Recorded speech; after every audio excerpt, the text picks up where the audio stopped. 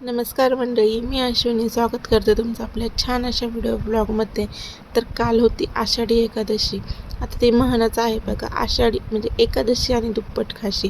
तर या इकडे फराळासाठी आम्ही केली होती मस्त अशी खिचडी, रताळे, दही, तसेच मिरचीसुद्धा तळली होती. तसं घरातली सगळी कामं आवरली, फराळ वगैरे झालं आणि त्यानंतर आम्ही निघालो होतो प्रवासाला. तर आम्ही कुठे जाणार आहोत, कशासाठी जाणार आहोत हे तुम्हाला पुढे व्हिडिओमध्ये पाहायलाच मिळणार आहे. पण आम्हाला कुठून पण जायचं म्हटलं तर आम्हाला नदी लागते. तर बघा, नदीला किती सारं पाणी आलेलं आहे, नाहीतर नाही इथं पाणी दिसतच नाही. तर मी बाहेर जाताना म्हणजे कृष्णाला घेऊन तशी तर ड्रेसवरच जात असते, कारण की गाडीवर तसं बसता येत नाही. पण आज साडी घालून आले होते, कारण की आज जायचं होतं बनात. तर तुम्ही म्हणताल हे बन कुठं आहे? तर आमच्या इकडे ना, हे आहे पुणे जिल्ह्यामध्ये ओरुळी कांचन म्हणून गाव आहे आणि तिथेच डाळिंब शिंदोणे रोडला हे गाव आहे. तर तिथं ना मोठी यात्रा भरत असते. तिथं विठ्ठलाची मूर्ती आहे.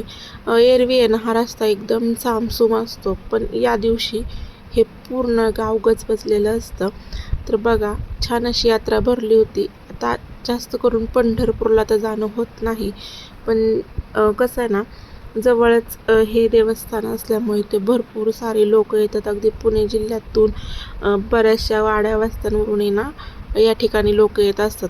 तसं पाहायला गेलं तर दर्शन तर काही होतच नाही, कारण की पंढरपूरला जशी लाईन असते ना, तशीच इथं पण लाईन असते. तर आहे ना, जे सकाळी जर लाईनीला लागले असतील ना, तर त्यांचं दर्शन 2-3 वाजेपर्यंत होतं. तर तुम्ही विचार करा, जर 2-3 वाजता जर आपण लाईनीला लागलो तर आपलं दर्शन शक्यच होणं नाही.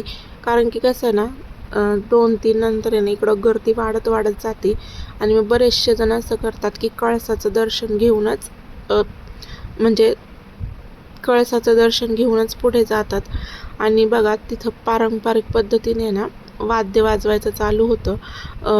म्हणजे बरीचशी ज्येष्ठ मंडळी होती ना, ती नृत्य पण करत होती. तर आता यात्रा म्हटलं की काय, प्रत्येक गावोगावी आहे ना कार्यक्रमच असतात. तर त्याच पद्धतीने या इकडे पण कार्यक्रम चालू होता. तर बघा, पोलिसांचा तर चोख बंदोबस्त पण होता इकडं. तर दुपारी आलो होतो आणि आज काय पावसाचं एवढं वातावरण नव्हतं, ऊन भरपूर होतं. तर इकडे ना भरपूर अशी खेळण्यांची दुकानं लागली होती. प्रत्येक जे म्हणाल नाही त्या वस्तू तिथं घेण्यासाठी होत्या. पण आम्ही काय जास्त खरेदी केली नाही, कारण की आम्हाला जायचं होतं वर्षश्राद्धासाठी. तर बघा, म्हणजे भरपूर सारी दुकानं जी या इकडे होती. आता भूक लागली होती त्याच्यामुळे केळी घेतली, कारण की बाहेर आल्यावर उपवासासाठीचं दुसरं काही खाणं चांगलं वाटत नाही, त्याच्यामुळे केळी घेतली. आणि त्यानंतर ना म्हटलं थोडीशी शॉपिंग करावी, पण घेण्यासारखं तर काहीच नव्हतं. लहान मुलांना काय जे दिसेल ते मागतच असतात. तसंच कृष्णाचं पण काहीच चाललं होतं, त्याला जे दिसेल ना तर ते मग घेच म्हणायचा. तर या इकडे ना खूप छान असे पोळपट लाटणे, तसेच चौरंग, पाट, खूप छान छान काही काही घेण्यासारखं होतं. बरंचसं काही घेण्यासारखं होतं, पण आमचा प्रवास हा 2 व्हीलरवरचा होता आणि म्हटलं मुलाला घेऊन त्यातल्या त्यात साडी घातली, त्याच्यामुळे व्यवस्थित बसता येणार नाही, त्याच्यामुळे मी जास्त काहीच घेतलं नाही. तर आता तुम्ही म्हणताल तुम्ही तिघच गेलता का, साई नव्हता का? तर साई आहे ना पाठीमागून गाडीमध्ये आला होता. आम्ही सकाळी लवकर गेलो होतो वर्षश्राद्धाला जाण्यासाठी आणि मग त्या तिकडेच जायला आम्ही निघालो. तर इकडं तुम्ही पाहू शकता, दर्शन वगैरे तर लवकर झालं. आम्ही काही घेण्याच्या भानगडीत पडलो नाही, तिथून लवकर निघावं म्हटलं. तर या इकडे ही जी लाईन आहे ना, ती लाईन जो 3 ते 4 किलोमीटर अंतरापर्यंत होती. म्हणजे आता विचार करण्यासारखी गोष्ट आहे. ह्या मोठ्या मोठ्या गाड्या आहेत ना, जवळजवळ 2-3 तास तर त्याच लाईनीत थांबल्या असतील. त्यानंतर बाहेर निघालो आणि छान अशा विठ्ठलाची मूर्ती तिकडे होती ना, तिथे कृष्णाचे थोडेसे फोटो काढले आणि त्यानंतर आम्ही आलो आमच्या आत्याच्या घरी. तर आमच्या आत्याची ते ना वर्षश्राद्ध होतं तिच्या मुलीचं. तर आता तिला जाऊन जवळ बरेचसे वर्ष झाले असतील. ती लहान होती त्यावेळेस वारली होती, पण दरवर्षी आत्या ना सगळ्यांना बोलवते, छान असं फराळाचं वगैरे करते.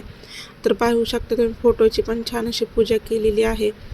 देवांची पण पूजा केली होती, कारण की आज होती आषाढी एकादशी.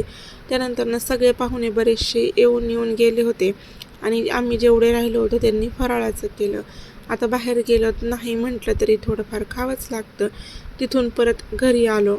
आता घरी आल्यानंतर काम तर काही कोणाला चुकत नाही, तर लगेच कामाला सुरुवात केली. छान असं अंगण झाडून घेतलं आणि आता शेतकरी वर्गाचं कसं आहे ना, बाहेरून कुठून जाऊन आलं की त्यांच्या नावाने घरातले ओरडत नाहीत, पण गुरं आहेत ना मोठमोठ्याने ओरडत असतात.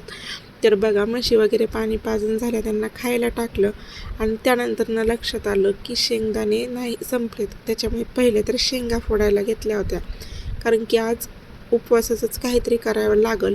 त्याच्यासाठी म्हटलं सगळ्यात आधी तर शेंगा फोडून घेऊ. आणि त्यानंतर संध्याकाळी फराळामध्ये बनवली होती ती म्हणजेच वरईचा भात, शेंगदाण्याची आमटी, वडे आणि असंच काहीचं फराळ असं केलं होतं. माझ्या साईने सुद्धा आज दिवसभराचा उपवास केला होता. तर अशा पद्धतीने आपला छोटासा व्हिडिओ होता. आवडला असल्यास नक्कीच लाईक, शेअर आणि सबस्क्राईब करा. व्हिडिओ पाहिल्याबद्दल धन्यवाद.